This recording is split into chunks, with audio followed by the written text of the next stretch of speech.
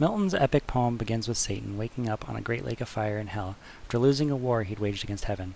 Satan has a chat with his right-hand man Beelzebub about making the best of hell and how he'd rather rule here than be subservient in heaven. He flies up onto a ledge and calls the other fallen angels to wake up. They do and begin lining up, with his generals taking their place by his side. These generals would later become pagan gods worshipped by people like the Greeks and Egyptians. Satan is proud of his followers but also sad and begins to cry, boo-hoo. Eventually he begins laying out his plans to strike God by fraud or guile, by taking over a new world he's heard God is creating, Earth.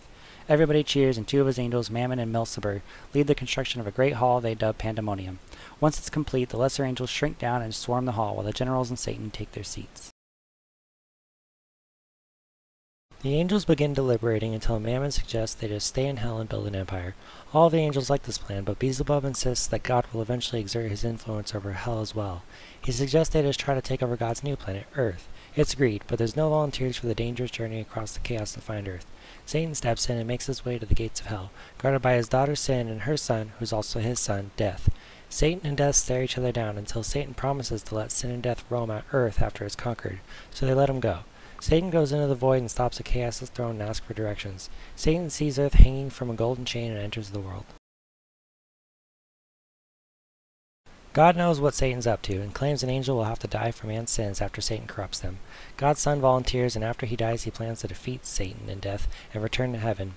Eventually there will be a final judgment for man's sins, at which point hell will be sealed, the earth will be burned, and heaven and earth will start anew. Back to Satan, he looks around the universe and turns into a cherub, heading towards the sun. Satan runs into Uriel and tricks him into giving him directions to Earth. Satan is full of despair and hate as he reaches the gate to the Garden of Eden. He hops the gate and lands on top of the Tree of Life, just breathing it all in. Satan sees Adam and Eve going on and on about how great God is, but overhears that they're not allowed to eat from the Tree of Knowledge, so Satan sets out to make them do just that. Uriel shows up next to Gabriel, who's guarding the garden, and admits he let one of the fallen angels into Eden.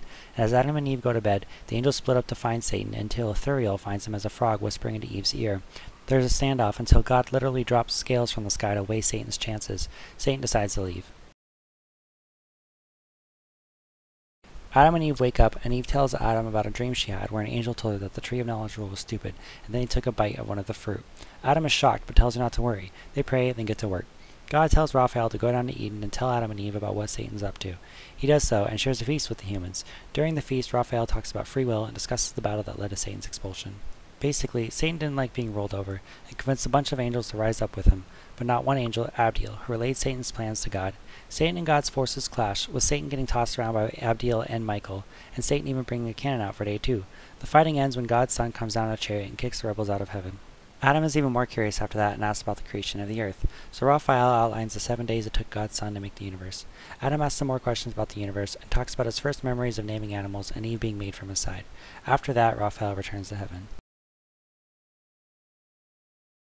Satan is finally back at the garden after about a week, and is hell-bent on corrupting man at this point. He notices how beautiful this garden is and gets even angrier, deciding to possess a serpent and wait for Adam and Eve until dawn.